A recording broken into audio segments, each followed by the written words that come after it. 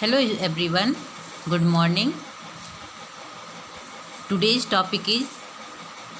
ecological effects of pesticide pollution. Now I am going to continue the topic ecological effects of pesticide pollution that we discussed in my previous video. कल के video में जो हमने discuss किया था उसमें जो इकोलॉजिकल इफ़ेक्ट था जो कि पेस्टिसाइड पोल्यूशन का पड़ता है, उसमें मेन जो पॉइंट्स थे वो थे loss of species diversity among the food chain and food waves, effects involving pollinators पर क्या इफ़ेक्ट पड़ता है, और न्यूट्रिएंट साइकिल इन इकोसिस्टम उस पर जो इफ़ेक्ट पड़ता है उसके बारे में कल स्टडी किए थे, and effects on soil erosion, structure and fertility. और नेक्स्ट जो हमने कल स्टडी किया था वो था इफ़ेक्ट्स ऑन वाटर क्वालिटी, यानी कि वाटर की जो फिजिकल केमिकल प्रॉपर्टी होती है वो पूरी तरह से चेंज हो जाती है, जिसका हार्मफुल इफ़ेक्ट सभी पर पड़ता है।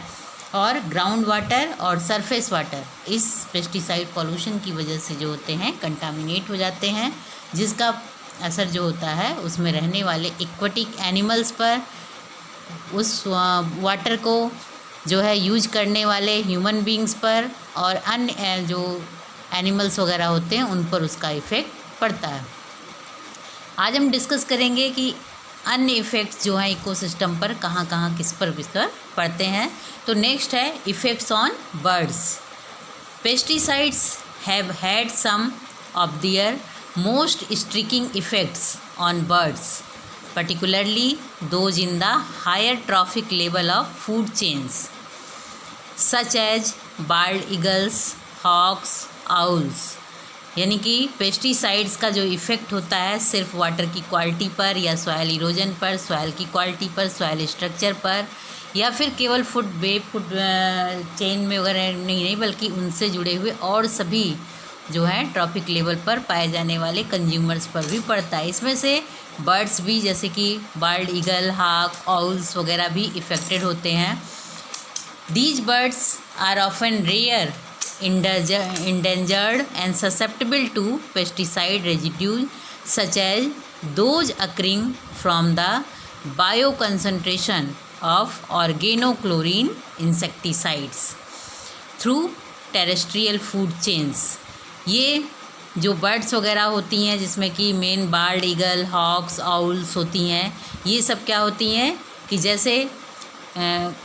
फाइटोप्लैंक्टन्स हैं, जू प्लैंक्टन्स हैं, फाइटोप्लैंक्टन्स को जू प्लैंक्टन्स फीड किए, जू प्लैंक्टन्स को छोटी मछलियों को जो है बड़ी मछलियाँ, फिर उन बड़ी मछलियों को कुछ फिश ईटिंग बर्ड्स वगैरह या फिर जो और भी बर्ड्स होती हैं उनका फीडिंग करती हैं। तो जब फीड करती हैं तो फूड चेन में जब पेस्टिसाइड का कंटामिनेशन प्लांट्स पर या उस पर होता है तो उन प्लांट्स को फीड करने वाले एनिमल पर, फिर उनको एनिमल को फीड करने वाले जो होते हैं इंसेक्ट वगैरह उनको, और फिर उन इंसेक्ट को फीड करने वाले बर्ड्स में, तो इनमें उनका बायो कंसंट्रेशन यानी हर एक लेवल पर कंसंट्रेशन का बढ़ना, जिसको हम बायोलॉजिकल मैग्नीफिकेशन भी कहते हैं। तो ऑर्गेनोक्लोरीन वगैरह इंसेक्टिसाइड वगैरह का जो यूज किए जाते हैं इंसेक्ट वगैरह को किल करने में, तो फूड चेन में जो है बायो कंसंट्रेशन का बढ़ना, जिसकी वजह से बायो एक्यूमुलेट होता है। वहाँ पर जो होता है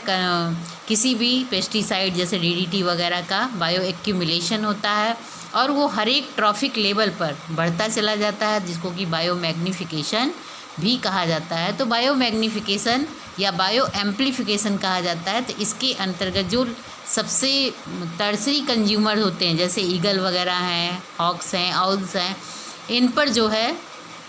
उनका इफ़ेक्ट जो होता है सबसे अधिक होता है, यानी वहाँ पर डीडीटी वगैरह का कंसंट्रेशन सबसे हाई होता है उस ट्रॉपिक लेवल पर। तो इस तरीके से बर्ड्स वगैरह जो होती हैं बहुत ज़्यादा इफ़ेक्टेड होती हैं और वो ससेप्टेबल होने के नाते जो है बहुत ज़्यादा इफ़ेक्टेड हो जाती हैं और उनकी डेथ भी हो सकती है और पूरी तरह से समाप्त हो सकती हैं, क्योंकि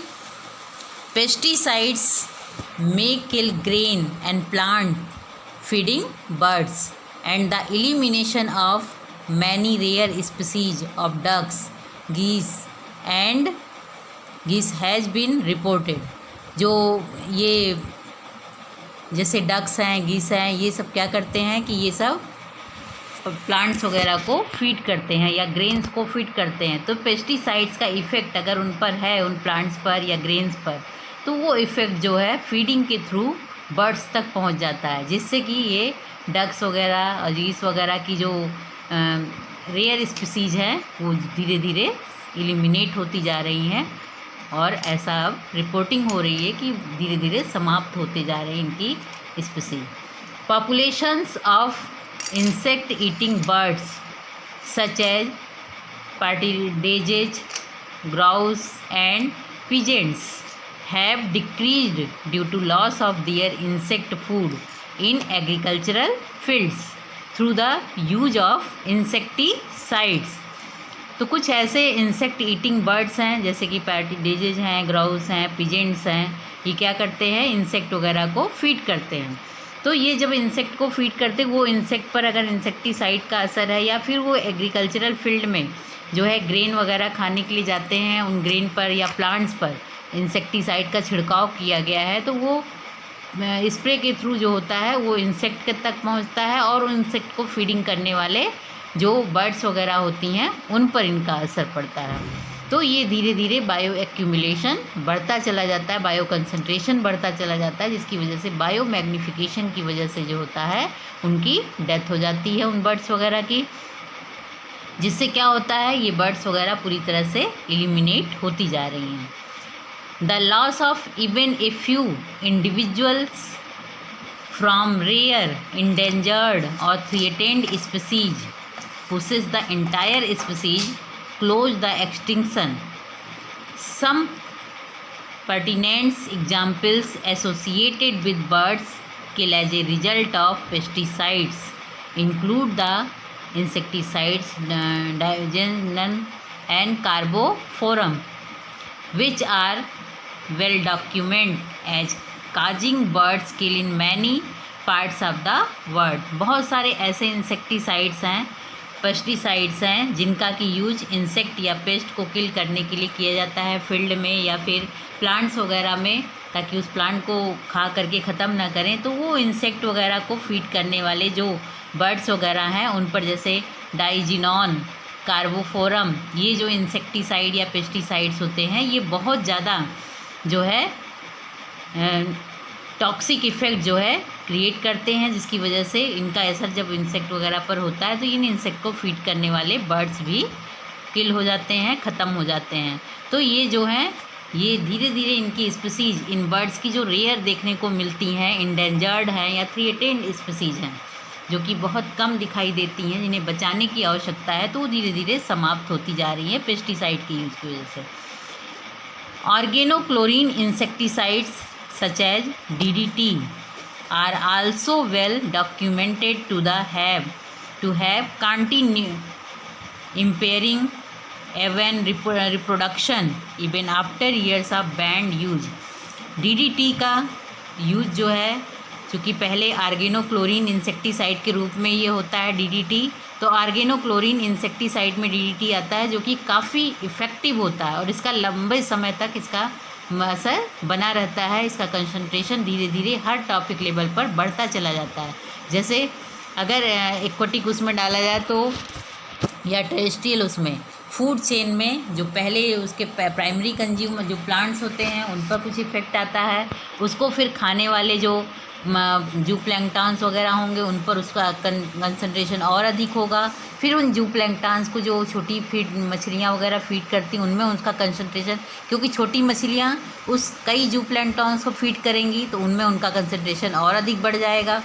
फिर उन छोटी फिशेस को जो है जब बड़ी फ़िश खाती हैं तो कई सारी छोटी फिशेस को खाती हैं तो उनमें जो होता है कंसंट्रेशन जो होता है DDT का और अधिक एक्यूमुलेट हो जाता है, तो कंसंट्रेशन और अधिक बढ़ जाता है।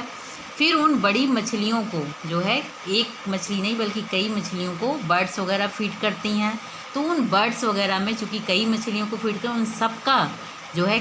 DDT का कंसंट्रेशन वहाँ पर एक्यूमुलेट होकर के बर्ड्स में आ जाता है, तो वहाँ पर बायो एक्यूमुलेशन और अधिक होगा, जिसकी वजह से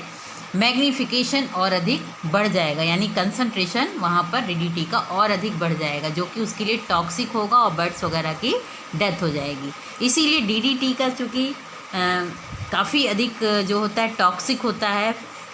ये इंसेक्ट के लिए, बर्ड्स के लिए, ट्रॉफिक लेवल पर हर एक प्लांट्स के लिए, एनिमल के लिए या फिर ह्यूमन बीइंग के लिए, सबके लिए टॉक्सिक होता है। इसलिए DDT को बैन कर दिया गया है, क्योंकि इसका बायो मैग्नीफिकेशन की जो इफ़ेक्ट होता है वो बहुत अधिक होता है। इसलिए इंडिया ही नहीं बल्कि और सभी कंट्रीज़ में भी इनको, वर्ल्ड में इसको जो है पूरी तरह से बैन कर दिया गया है। Birds exposed the sub lethal doses of pesticide are also afflicted with chronic symptoms that affect their behavior, reproduction and nervous system।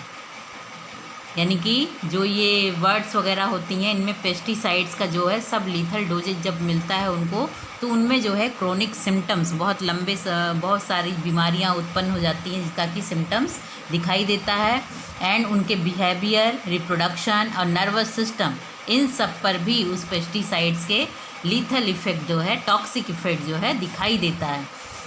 तो उनका वेट लॉस होता है, उनकी ससेप्टिबिलिटी और अधिक बढ़ जाती है, प्रेडेशन जो है उनका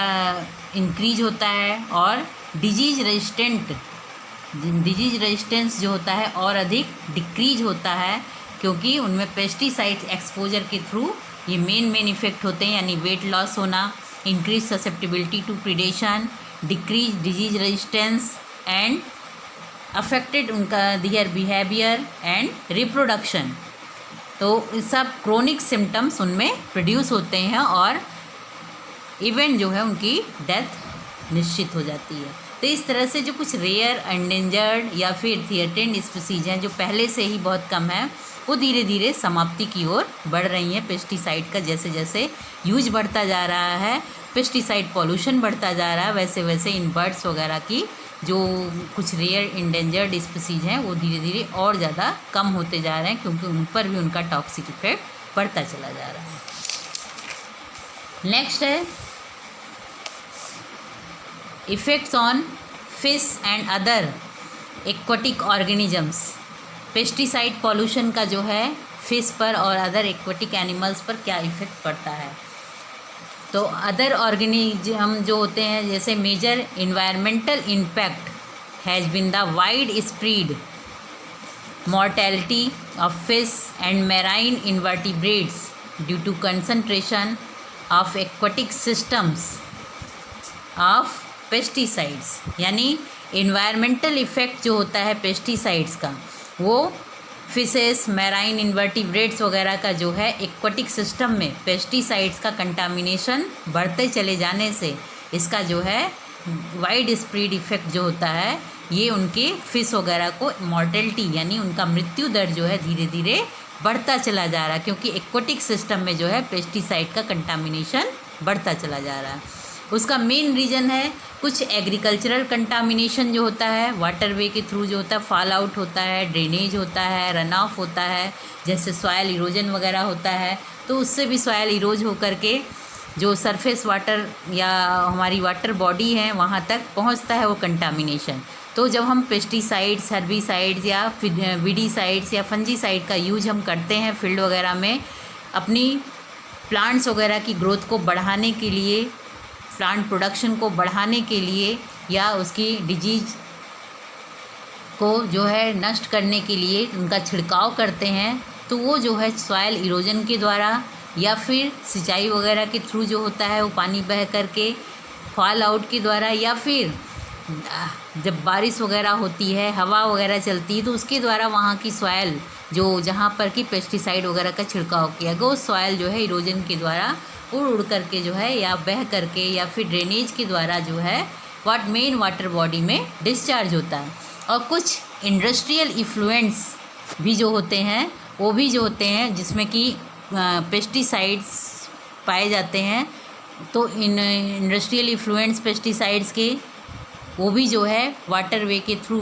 वहाँ पर वाटर बॉडी में डिस्चार्ज किया जाता है, जिसके द्वारा भी जो है water body, surface water body contaminated होती है। और जिसका असर रहने वाले वहाँ पर सभी एक्वाटिक ऑर्गेनिजम्स पर पड़ता है, चाहे वो फाइटोप्लैंक्टन हो, जू प्लैंक्टन हो, फिशेस हो या फिर और भी ऑर्गेनिजम्स जो होते हैं, माइक्रो ऑर्गेनिज्म होते हैं, सब पर उसका इफ़ेक्ट पड़ता है। Historically most of the fish in Europe's Rhine river were killed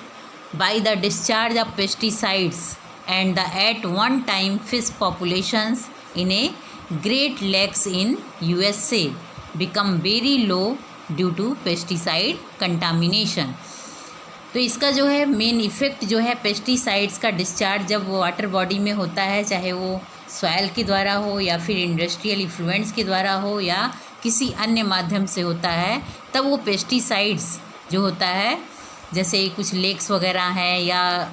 कोई पॉन्ड वगैरह है या रिवर वगैरह है जहाँ पर कि फ़िश की पॉपुलेशन बहुत अधिक हो, और फिश की पॉपुलेशन जैसे यूरोप वगैरह में रिपोर्ट किया गया था, राइन रिवर में जो है कुछ जो है पेस्टिसाइड्स वगैरह का डिस्चार्ज होने से वहाँ पर पाई जाने वाली पूरी फ़िश पॉपुलेशन में मॉर्टेलिटी जो है बहुत अधिक इंक्रीज कर गई और धीरे धीरे सभी फिशेस वहाँ पर डेथ होने लगी। यूएसए में भी इसको रिकॉर्ड किया गया था कि पेस्टिसाइड कंटामिनेशन की वजह से वहाँ पर फ़िश की पॉपुलेशन धीरे धीरे बहुत ही कम होती गई, क्योंकि फिशेस जो हैं और मैराइन इन्वर्टिब्रेट्स वहाँ पर aquatic plants, aquatic organism, micro organism सभी वहाँ पे नष्ट होने लगे। तो मेन इफ़ेक्ट वहाँ के फिशेस वगैरह पर भी पड़ता है।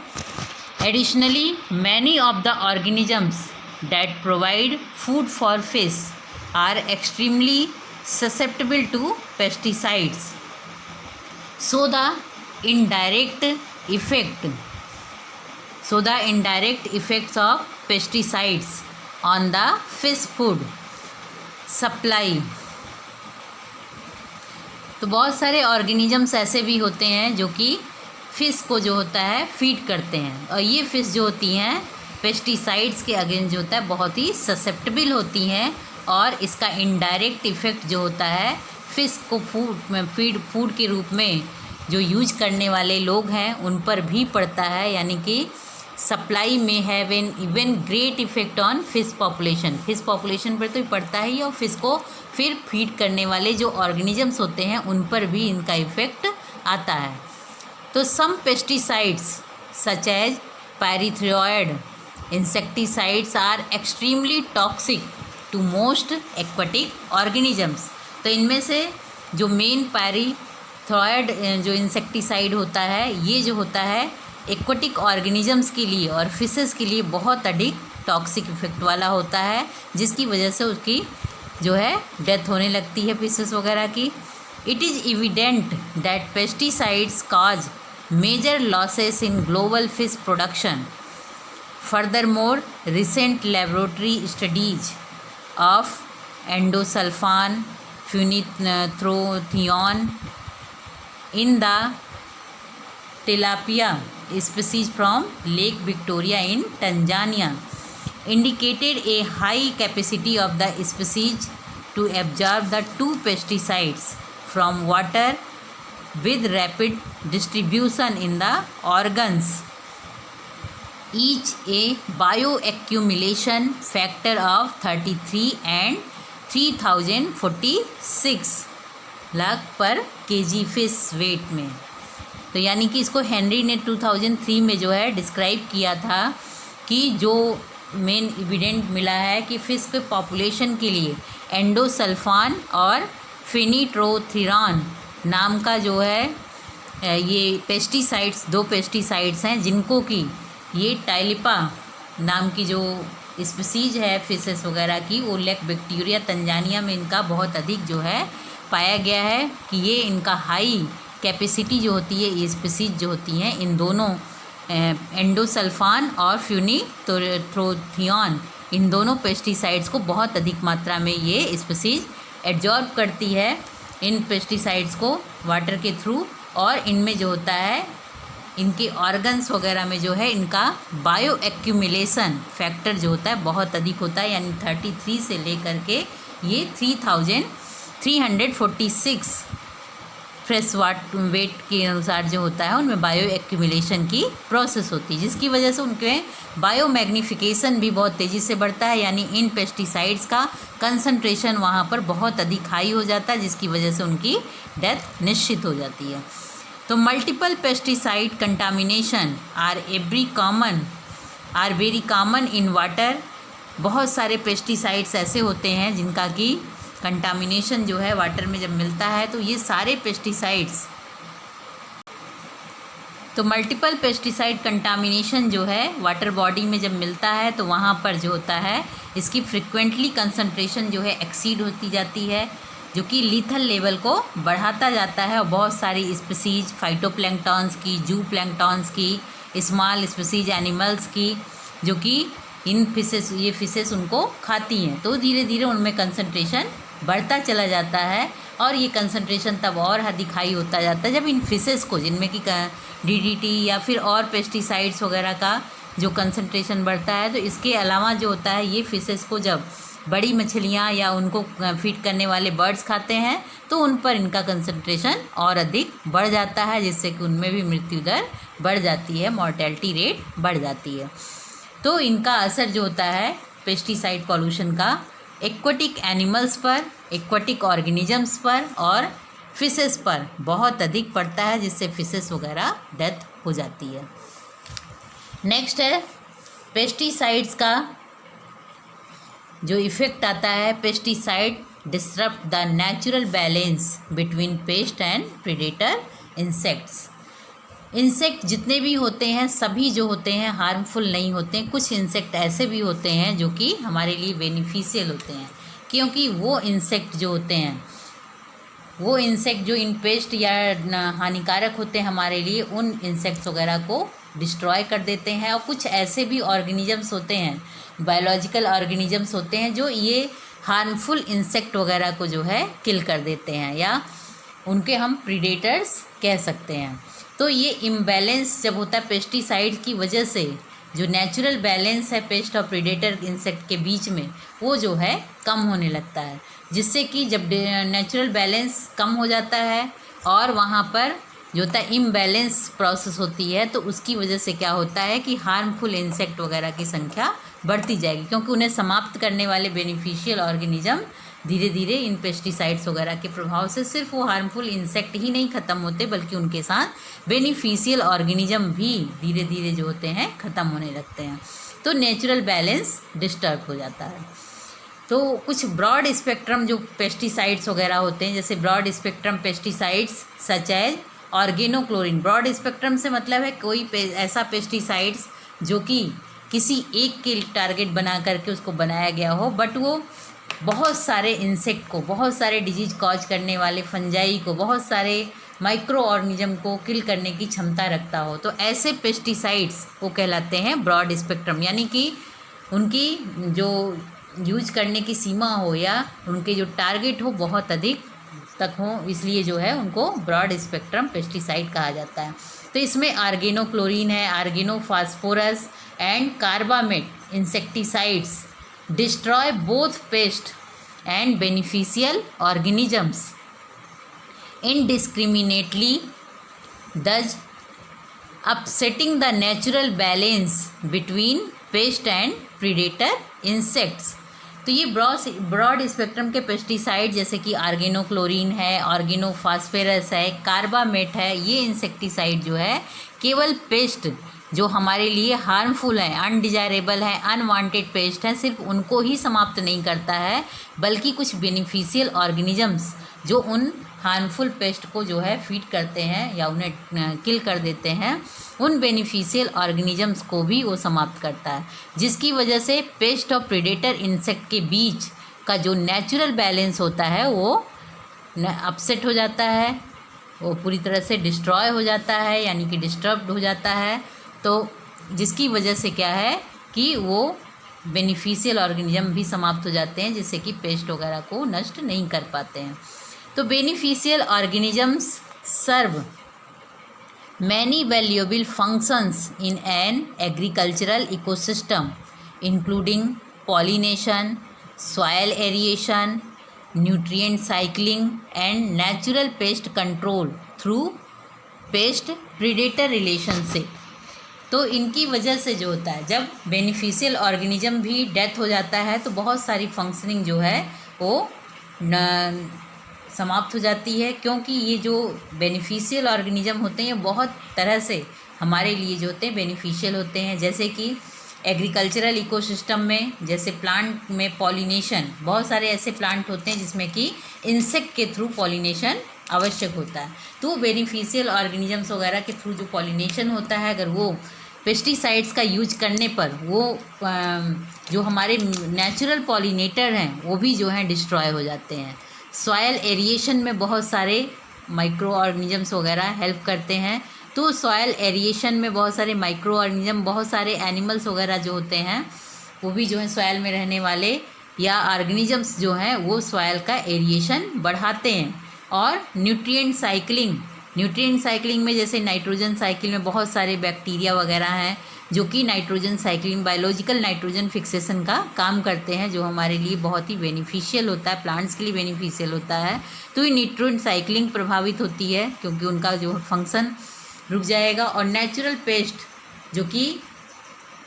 जो है जो प्रीडेटर्स पे होते हैं, जो कि पेस्ट वगैरह को, हार्मफुल पेस्ट वगैरह को फीड करते हैं, उन्हें समाप्त कर देते हैं, डिस्ट्रॉय कर देते हैं, किल कर देते हैं उनके संपर्क में आने पर, तो वो नेचुरल पेस्ट कंट्रोल जो है वो समाप्त हो जाएगा इन प्रेडेटर्स वगैरह की डेथ के बाद। तो इस तरह से पूरा नेचुरल बैलेंस जो है वो पूरी तरह से पेस्टिसाइड्स की वजह से डिस्टर्ब हो जाएगा।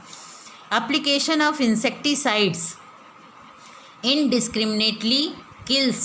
both paste and beneficial organisms. ये इंसेक्टिसाइड्स वगैरह का बहुत ज़्यादा यूज जो है ये पेस्ट और बेनिफिशियल ऑर्गेनिज्म दोनों को ही किल कर देता है, जिसकी वजह से पूरा का पूरा नेचुरल बैलेंस ही डिस्टर्ब हो जाता है। Paste population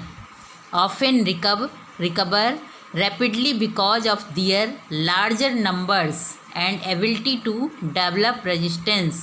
but beneficial organisms do not, resulting in a resurgence of the target pest as well as secondary pest that reproduce rapidly without natural predator to check down their members। यानी कि ये जो large number में जो कि resistance develop होता है, इनमें जो पेस्ट पॉपुलेशन होता है, इनमें जो होता है रैपिडली जो होता है लार्ज नंबर में, इनमें रेजिस्टेंस की जो प्रोसेस डेवलप होती है। और उसके साथ साथ बेनिफिशियल जो होते हैं, जो बेनिफिशियल ऑर्गेनिजम्स होते हैं, उनमें जो होता है इन टारगेट पेस्ट वगैरह के प्रति रेजिस्टेंस नहीं डेवलप हो जा पाता है, जिसकी वजह से ये सेकेंडरी पेस्ट वगैरह रैपिडली रिप्रोड्यूस होते हैं और नेचुरल प्रेडेटर्स जो होते हैं धीरे धीरे नंबर में कम होने लगते हैं। तो ये जो है इम्बैलेंस यहाँ पर जो अनवांटेड पेस्ट हैं उनकी संख्या को बढ़ाएगा और जो बेनिफिशियल ऑर्गेनिज्म है उनकी संख्या को कम कर देगा, जिससे कि और अधिक हार्मफुल हमारे इकोसिस्टम के लिए हो जाएगा। तो this prompt an escalation in the use of more pesticides by the farmers in an attempt to control them and boost their harvest। तो इन तरह के जो पेस्टिसाइड्स का यूज क्यों है, हमारे फार्मर्स वगैरह इंसेक्ट को किल करने के लिए, जो अनवांटेड इंसेक्ट होते हैं, अनवांटेड प्लांट्स होते हैं, वीड्स वगैरह को, या अनवांटेड डिजीज कॉज करने वाले जो फंगस वगैरह होते हैं, उनके लिए पेस्टिसाइड्स वगैरह का जो छिड़काव करते हैं, जो कि हर्बिसाइड्स के रूप में, पेस्टिसाइड फंजीसाइड्स के रूप में, विडीसाइड्स के रूप में, या फिर इंसेक्टिसाइड के रूप में जब इनका यूज किया जाता है, तो ये जो होते हैं सिर्फ सॉयल को या सॉयल में रहने वाले ऑर्गेनिज्म को ही डिस्ट्रॉय नहीं करते हैं, जो कि नेचुरल एनिमी होते हैं हमारे, उनके अलावा वो उनको भी, उन ऑर्गेनिजम्स को भी ये नुकसान पहुंचाते हैं, जो कि हमारे लिए बहुत ही बेनिफिशियल होते हैं। इनमें से बहुत से होते हैं जो पॉलिनेशन की प्रोसेस में हेल्प करते हैं, बहुत सारे सॉयल एरिएशन में हमारी हेल्प करते हैं, न्यूट्रिएंट साइक्लिंग चलाने में बहुत सारे जो हैं ऑर्गेनिज्म हेल्प करते हैं, बहुत सारे प्रीडेटर जो होते हैं जो कि इंसेक्ट वगैरह जो कि उनको फीड करते हैं, या बहुत सारे ऐसे माइक्रो ऑर्गेनिजम्स भी होते हैं जो अन्य हार्मफुल माइक्रो ऑर्गेनिज्म को किल कर देते हैं। तो ये पेस्टिसाइड्स पॉल्यूशन की वजह से पूरा का पूरा नेचुरल बैलेंस, यानी कि पेस्ट और प्रीडेटर के इंसेक्ट्स के बीच में नेचुरल बैलेंस पूरी तरह से डिस्टर्ब हो जाता है पेस्टिसाइड पॉल्यूशन की वजह से। नेक्स्ट है कि पेस्टिसाइड्स पॉल्यूशन का ह्यूमन बीइंग पर क्या इफ़ेक्ट पड़ता है। ह्यूमन बीइंग के लिए ये पेस्टिसाइड्स का पॉल्यूशन का क्या इफ़ेक्ट होता है, यानी पेस्टिसाइड्स जो होते हैं डायरेक्ट जो होते हैं किसी, जैसे कि pesticide can enter the human body through inhalation of aerosol dust vapour that contain pesticides through oral exposure bye consuming contaminated food and water and through dermal exposure by direct contact of pesticides with skin। तो human being पर इसका बहुत ही broad effect पड़ता है, क्योंकि ये pesticides human body में जो है एरोसॉल के इनहेलिएशन की वजह से, डस्ट जो एनवायरनमेंट में है, वेपर्स वगैरह के थ्रू जो होता है ये पेस्टिसाइड्स जो होता है ह्यूमन बॉडी के टच में आता है। इसके अलावा जो पेस्टिसाइड्स से कंटामिनेटेड फूड हो या कंटामिनेटेड वाटर हो, उनके द्वारा भी जो होता है डर्मल एक्सपोजर होता है, डायरेक्ट कांटेक्ट जो होता है पेस्टिसाइड का स्किन के साथ होता है, या फूड के रूप में या कंटामिनेटेड वाटर के रूप में उनकी बॉडी के अंदर तक पहुंच जाता है। तो pesticides are spread on to food specially fruits vegetables, they secrete into soil and groundwater which can end up in drinking water, and pesticide spray can drift and pollute the air। तो ये pesticides जो होते हैं contaminate, जिन पर plants वगैरह पर जब pesticides वगैरह का छिड़काव किया जाता है तो वो फूड पर, फ्रूट पर, वेजिटेबल्स पर, ग्रेन्स पर और सॉयल में जो कि ग्राउंड वाटर है उनमें, उनका भी इफेक्ट जो है पेस्टिसाइड का इफेक्ट पहुंच जाता है। तो ये कंटामिनेटेड फ्रूट वेजिटेबल या उस वाटर का यूज जब ड्रिंकिंग वाटर के रूप में किया जाता है, और वेजिटेबल फ्रूट्स या ग्रेन्स को जब फूड के रूप में यूज किया जाता है, तो ये जो है ह्यूमन बॉडी के सीधा संपर्क में आता है, पेस्टिसाइड उनकी बॉडी में पहुंच जाता है, और उनकी जो है पेस्टिसाइड्स की वजह से ह्यूमन बीइंग में जो होता है बायो कंसंट्रेशन, बायो एक्यूमुलेशन या बायो मैग्नीफिकेशन की प्रोसेस जो है धीरे धीरे इंक्रीज होती जाती है, जिसकी असर जो होता है ह्यूमन के हेल्थ पर पड़ता है। The effects of pesticides on human health are more harmful based on the toxicity of the chemical and the length of and magnitude of exposure. इन जो केमिकल्स वगैरह होते हैं पेस्टिसाइड्स में, जब वो फूड के द्वारा या ड्रिंकिंग वाटर के थ्रू या फिश वगैरह खाते हैं उनके थ्रू, जिनमें कि कंटामिनेशन पहले से पेस्टिसाइड का हो, तो उनके द्वारा जो है ह्यूमन बॉडी में पहुंचकर टॉक्सिसिटी को बढ़ा देते हैं। उनमें उन पेस्टिसाइड्स वगैरह का कंसंट्रेशन बहुत अधिक हाई हो जाता है, क्योंकि ट्रॉफिक लेवल पर कंसंट्रेशन बढ़ता जाता है। तो ह्यूमन तो सर्वाहारी होता है, तो उसमें यह कंटामिनेशन सबसे अधिक होगा, तो बायो एक्यूमुलेशन और बायो मैग्नीफिकेशन सबसे अधिक होगा, तो उसमें जो होगा मैग्नीट्यूड करेगा, उनका लेंथ जो होगा बहुत अधिक एक्सपोजर होगा, जिससे कि उनकी ह्यूमन बॉडी जो होगा पूरी तरह से टॉक्सिसिटी उसमें बढ़ जाएगी और उसमें उसकी डेथ भी हो सकती है। Farm workers and their families experience the greatest exposure to agricultural pesticides. जो फार्म में काम करने वाले वर्कर्स हैं या उनकी फैमिलीज हैं, वो इसके संपर्क में बहुत ज़्यादा रहते हैं। उनकी स्किन वगैरह जो स्प्रे वगैरह की जाती है, तो उसके द्वारा पेस्टिसाइड्स के इफेक्ट के द्वारा जो होता है उनकी स्किन वगैरह पर भी उसका असर आता है। जब उनको फीड करते हैं तो वो जो है उन केमिकल्स वगैरह के डायरेक्ट कांटेक्ट में आते हैं, तो उसका असर भी उन पर पड़ता है। But every human contains a percentage of pesticides found in fat samples in their body. पर प्रत्येक जो होता है ह्यूमन जो होता है अपने बॉडी के हिसाब से, उसमें फैट जितना होता है, फैट सैंपल वगैरह, उसके अनुसार उसमें पेस्टिसाइड का कंटामिनेशन उतना अधिक दिखाई देता है। Children are most susceptible and sensitive to pesticides due to their small size and underdevelopment। चूँकि बच्चे बहुत ही नाजुक होते हैं, उनकी स्किन बहुत सेंसिटिव होती है, ससेप्टेबल होती है, तो वो आसानी से ये पेस्टिसाइड पॉल्यूशन का जो है इफ़ेक्ट उनके ऊपर बहुत अधिक पड़ता है, क्योंकि उनकी साइज़ भी कम होती है और वो डेवलपमेंट भी पूरी तरह से उनका नहीं हुआ रहता है बॉडी का, जिसके कारण इन पेस्टिसाइड्स वगैरह का जो है असर जो होता है उन पर, उनकी टॉक्सिसिटी का असर सबसे ज़्यादा जो होता है उन चिल्ड्रन वगैरह पर पड़ता है। The chemicals can bio accumulate in the body over time. ये केमिकल्स जो होते हैं, चूँकि इनका कंसंट्रेशन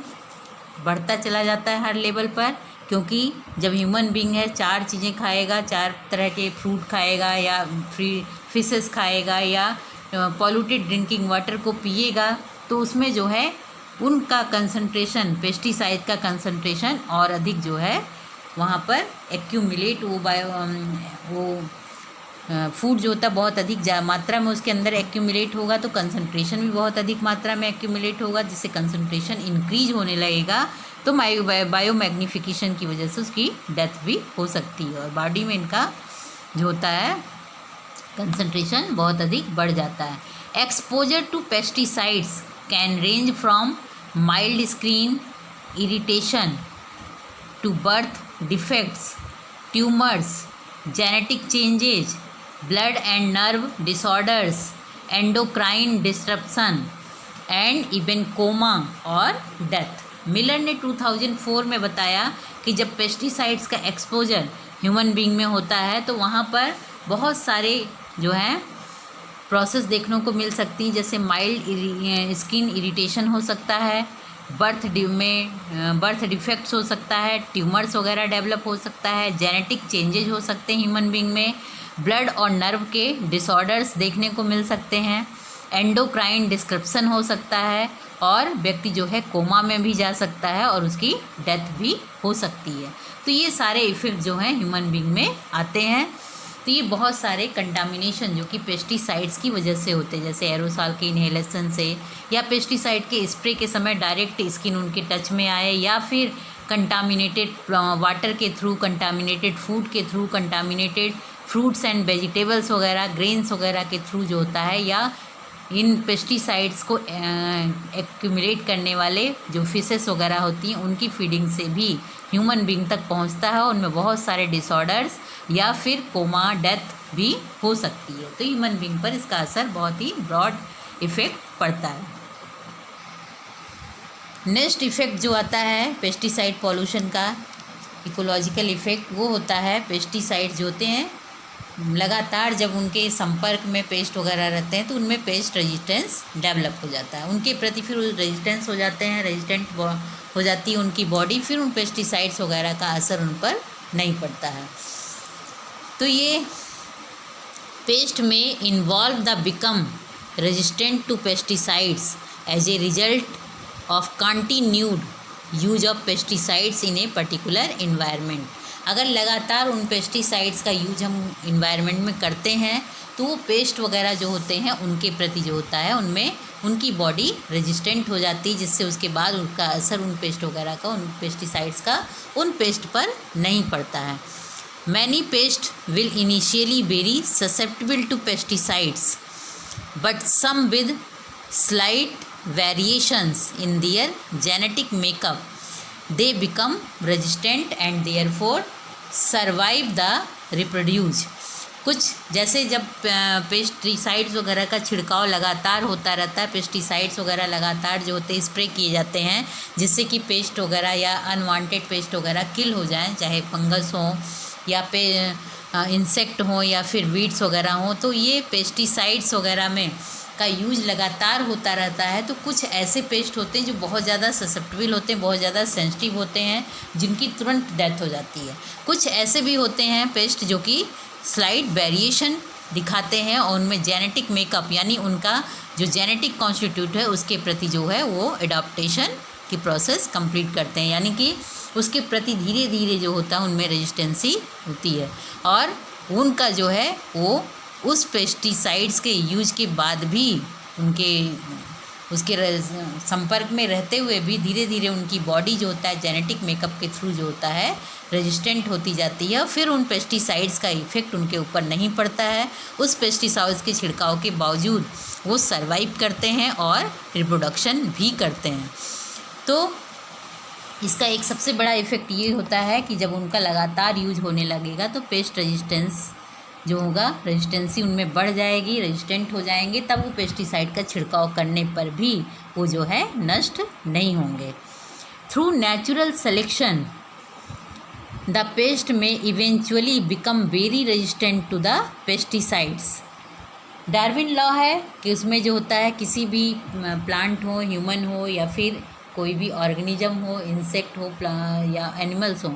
सभी में नेचुरल सिलेक्शन होता है। नेचुरल सिलेक्शन का मतलब है कि प्रकृति चुनाव करती है, यानी कि जिनमें अच्छी क्वालिटी होती है जीने की, या जो उस एटमॉस्फेयर को अडॉप्ट कर लें और उसके अनुसार जीने लगने की क्षमता उनके अंदर हो, तो वो जो है सर्वाइवल ऑफ द फिटेस्ट। ये डार्विन लॉ था कि जो सर्वाइव कर सकता है वो जीवित रह सकता है। तो ये नेचुरल सिलेक्शन के थ्रू बहुत सारे ऐसे पेस्ट्स होते हैं जो कि इस पेस्टिसाइड्स के जो होता है जेनेटिकली मेकअप के थ्रू जो होता है, और वो पेस्टिसाइड के प्रति उनकी बॉडी जो होती है पूरी तरह से रेजिस्टेंट हो जाती है, जिससे उन पर पेस्टिसाइड्स वगैरह का इफ़ेक्ट नहीं पड़ता है, उनकी डेथ नहीं होती है। Pest resistance to a pesticide is commonly manage through pesticide rotation which involves alternating among pesticides classes with different modes of action to delay the onset of or mitigate existing pest resistance। अगर paste resistance को हमें कम करना है, उसका असर कम करना है कि उनमें रेजिस्टेंट किसी भी निश्चित पेस्टिसाइड के प्रति रेजिस्टेंट बॉडी उनकी ना होने पाए, तो उसके लिए आवश्यक है कि डिफरेंट मोड ऑफ एक्शन वाले जो पेस्टिसाइड्स होते हैं उनकी जो अलग अलग क्लासेस होती हैं उनको अल्टरनेटिव हम यूज करें। यानी एक पेस्टिसाइड का छिड़काव अगर हम एक बार करते हैं तो कुछ समय के बाद जो है हम दूसरे तरह के जो जिनका डिफरेंट मोड ऑफ एक्शन हो उन पेस्टिसाइड्स वगैरह का यूज करें हम, तो उनमें पेस्ट रेजिस्टेंस के जो है डेवलप नहीं होने पाएगा, उनकी बॉडी उनके प्रति रेजिस्टेंट नहीं होने पाएगी। Tank mixing pesticides is combination of 2 or more pesticides with different modes of action in order to improve individual pesticide application results and delay the onset of or mitigate existing pest resistance। अगर हम pesticides का लगातार जो है छिड़काव या combination में करें, कभी चेंज कर दें, दूसरे मोड ऑफ एक्शन वाले पेस्टिसाइड का यूज करें और पेस्टिसाइड का एप्लीकेशन कम से कम करें और तरीक़ों से उन्हें समाप्त करने की कोशिश करें, तो पेस्ट रेजिस्टेंट जो है उनकी बॉडी जो है पेस्ट के प्रति पेस्टिसाइड्स के प्रति रेजिस्टेंट नहीं होने पाएगी। तो इस तरीके से हम इंडिविजुअल पेस्टिसाइड एप्लीकेशन को अलग करें, इम्प्रूव करके बार बार डिफरेंट टाइप्स के मोड ऑफ एक्शन वाले पेस्टिसाइड्स को हम अगर यूज करें और कम से कम यूज करें, तो हम धीरे धीरे पेस्ट में जो उनकी उसकी पेस्टिसाइड के प्रति रेजिस्टेंसी है उसको हम कम कर सकते हैं और उनमें रेजिस्टेंसी को डेवलप नहीं करें। तो लगातार एक ही तरह के पेस्टिसाइड का अगर हम छिड़काव करते रहेंगे तो उन पेस्ट वगैरह की बॉडी जो होती है रेजिस्टेंट हो जाती है, क्योंकि उनमें इसके प्रति जेनेटिक मेकअप हो जाता है। इन समरी मेन इफ़ेक्ट्स जो होते हैं पेस्टिसाइड्स के, in summary the adverse ecological effects from pesticides occur at all level of biological organisation. ये मतलब कि इकोलॉजिकल इफेक्ट पेस्टिसाइड का जो होता है हर लेवल पर बायोलॉजिकल ऑर्गेनिज्म पर पड़ता है। The effects can be global और लोकल, टेम्प्रोरी और परमानेंट और शॉर्ट लिव्ड यानी कि एक्यूट या फिर लॉन्ग टर्म यानी कि क्रोनिक। तो इनका जो है इकोलॉजिकल इफेक्ट टेम्प्रोरी भी हो सकता है, परमानेंट भी हो सकता है, एक्यूट भी हो सकता है या फिर क्रोनिक भी हो सकता है। The most serious effect involve loss of in production, changes in growth, development, behavior, altered diversity or community structure, changes in growth processes, losses of valuable species, ये सभी इफ़ेक्ट हो सकते हैं। तो these ecological losses in turn may be economically and socially important. तो ये ecological effect या ecological loss ही नहीं होता, बल्कि इनकी वजह से इकोनॉमिकली लॉस भी होता है, या सोशियली जो भी होते ये भी जो होते हैं लॉस होता है पेस्टिसाइड पॉल्यूशन की वजह से। That's all, thank you.